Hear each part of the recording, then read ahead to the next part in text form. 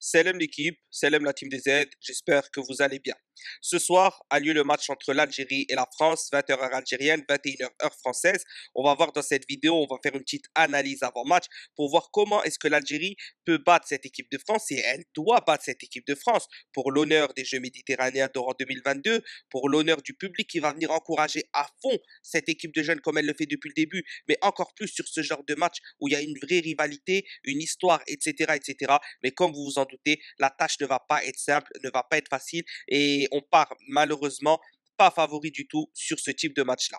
Je précise aussi, avant de rentrer dans le vif du sujet, que ce soir on sera en live, donc je suis toujours un peu malade, mais on va essayer de liver vers 20h30, 20h, 20h30 le match, donc on va le commenter, etc. ensemble, on va voir ce que ça donne en direct, etc. Bref, je vous donne rendez-vous ce soir sur la chaîne. Et maintenant, rentrons dans le vif du sujet. N'hésitez pas à vous abonner si ce n'est pas déjà fait. Maximum de pouces bleus. Et à participer en commentaire, me dire est-ce que vous sentez la victoire, est-ce que vous sentez la défaite, ce que vous pensez de ce match-là, etc., etc. On en débat dans l'espace commentaire. Bon, une fois que ça c'est dit, on peut rentrer dans le vif du sujet. Ce match-là, déjà, rappelons-le, c'est le troisième match du groupe A, donc au niveau de la catégorie football, qui compose donc des équipes U18. Actuellement, toutes les équipes sont à 3 points. L'Algérie est classée troisième, suite au nombre de buts qui est de -1 comparé au Maroc qui est de +1 au niveau donc des buts encaissés. Et on va voir que, bien évidemment, suite à ça, on n'a pas le choix, et comme toute l'équipe, on n'a quasi tous pas le choix, on doit aller gagner ce match-là. Mais ce match-là s'annonce très très difficile. Parlons déjà de l'équipe de France. Et avant de parler de l'équipe de France, il faut parler du véritable danger de l'équipe de France, qui est son coach, Lionel Rouxel. Donc on va parler brièvement de ce coach-là de manière très simpliste, mais pour que vous sachiez, pour ceux qui ne le connaissent pas, à qui vous avez affaire.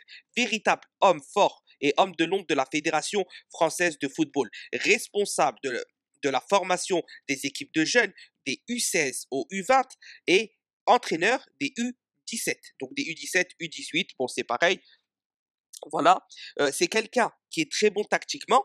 D'ailleurs, il a été nommé parmi quatre observateurs. Il a été nommé dans les 4 observateurs de la Fédération française de football pour superviser la Coupe du Monde 2018. Il était en charge de superviser 3 équipes, dont une équipe qui est la Croatie. C'est lui qui a supervisé l'équipe de Croatie et qui a fait un rapport à Didier Deschamps avant la finale pour montrer les défaillances de cette équipe de Croatie, l'analyser tactiquement, ses points forts, ses points faibles et offrir une vraie base de travail à Didier Deschamps. Une fois qu'on a dit ça, sachant que l'équipe de France a gagné la Coupe du Monde 2018, vous savez à qui vous avez affaire et j'ai pas besoin d'en rajouter. Au niveau maintenant de l'équipe elle-même, l'équipe de France, mais on connaît, c'est des jeunes issus des meilleurs clubs français, des meilleurs centres de formation, aussi bien de Clairefontaine que des clubs, etc., comme l'OL, etc., etc. Bref, donc c'est une équipe, au niveau des joueurs, on n'a pas besoin de sortir de gros noms, il y a des petites pépites dans leur équipe, voilà. Maintenant, c'est une équipe qui est costaud, l'une des meilleures équipes du monde à son niveau,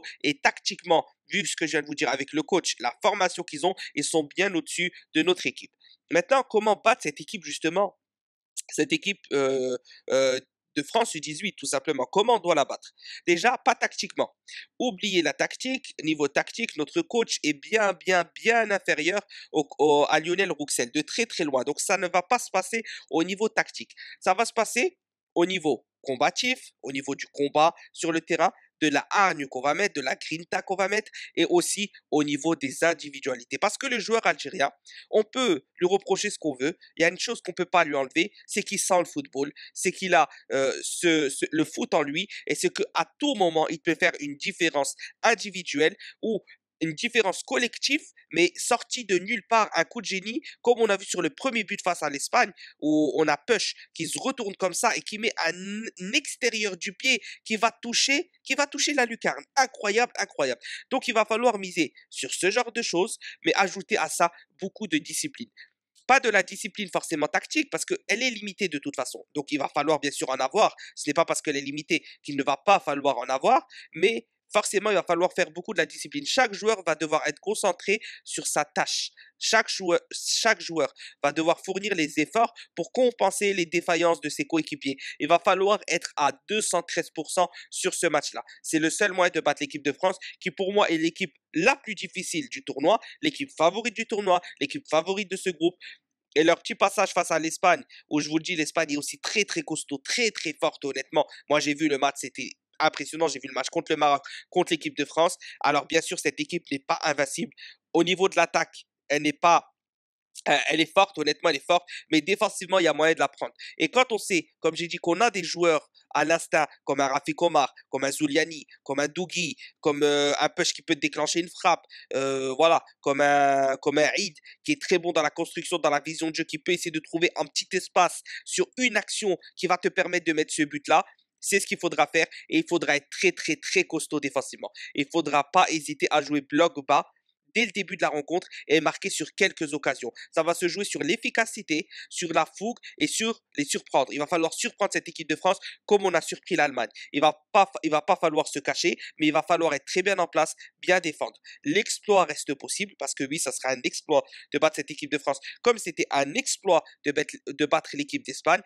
Normalement, et c'est pour ça que j'ai dit sur ma dernière vidéo contre le Maroc que c'était une défaite inacceptable parce que le Maroc était un adversaire à ta taille que tu devais aller battre ou que tu devais aller chercher le nul pour essayer de te faciliter face à la France avec un nul. Et là, tu ne l'as pas fait. Donc maintenant, ces jeunes U18 qu'on soutient et qu'on encourage de prendre leurs responsabilités et d'aller remporter cette victoire face à l'équipe de France dans un stade de SIC qui va être plein à craquer face à une équipe avec laquelle on a une histoire et à laquelle toute victoire fait honneur.